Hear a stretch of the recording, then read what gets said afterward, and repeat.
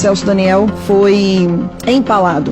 Hoje eu já tenho proteção da Polícia Federal, então me sinto à vontade para falar sobre a ligação do Alexandre de Moraes com o PCC. Nossos candidatos não podem entrar em comunidades que existem facções criminosas. Por que o Lula não só consegue entrar, como tem a proteção do Comando Vermelho? A Mara Gabrilli, em recente entrevista à Jovem Pan, que foi inclusive passada aqui, disse: o Ronan Maria Pinto, entre aspas, o Ronan Maria Pinto, se não fosse pago, ele ia entregar o Lula como mentor do assassinato de Celso Daniel.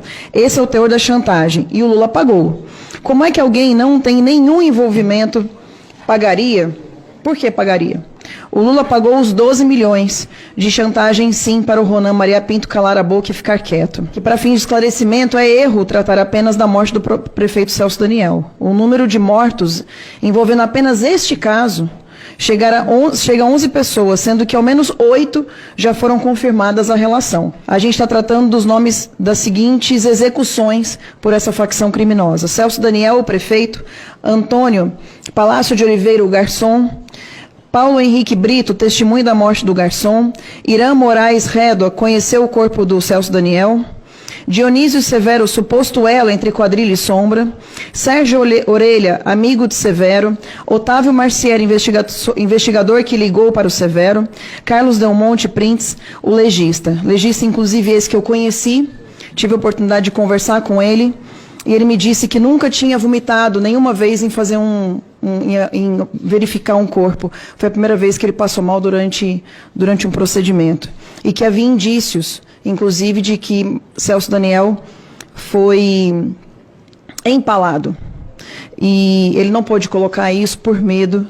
E é a primeira vez que eu falo isso publicamente. Eu acho que precisa constar. Infelizmente, a gente não vai conseguir confirmar, porque ele foi assassinado. Então, é só a ponta do iceberg. Essa série de execuções podem ter sido apenas a ponta de iceberg de um esquema gigante construído pelo Partido dos Trabalhadores. Em delação premiada, o senhor Marcos Valero aponta diálogos que teve como prosséries o PT, que revelavam que facções criminosas, leia-se PCC, lavavam dinheiros em empresas de transporte urbano e jogos. Transporte urbano esse que o senhor Alexandre de Moraes teve relação de advocacia com essa empresa. E uma vez eu falei sobre isso em uma entrevista da relação do senhor Alexandre de Moraes com esse transporte urbano que tem relação com o PCC.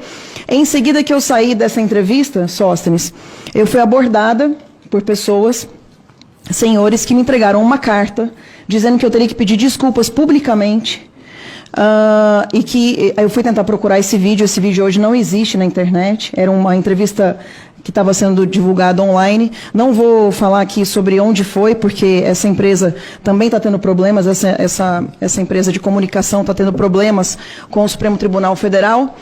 E foi abordada e disseram o seguinte: você vai publicar esse pedido de desculpas hoje ao Alexandre de Moraes e não volte mais a falar do assunto. Eu fiquei calado durante 3 anos, isso foi há 3 anos atrás, mas eu acho que é importante voltar a falar, porque, sinceramente, a gente chegou num ponto em que não dá mais para ficar quieto e aguentar essas pressões. Hoje eu já tenho proteção da Polícia Federal, então me sinto à vontade para falar sobre a ligação do Alexandre de Moraes com o PCC. E o último tema que eu gostaria de tratar é sobre o último... Quai, seu app de vídeos curtos.